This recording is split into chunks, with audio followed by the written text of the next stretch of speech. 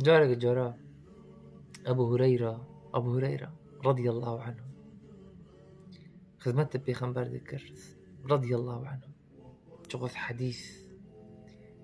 دان هاف ونيفسون جي بيغمبر صلى الله عليه وسلم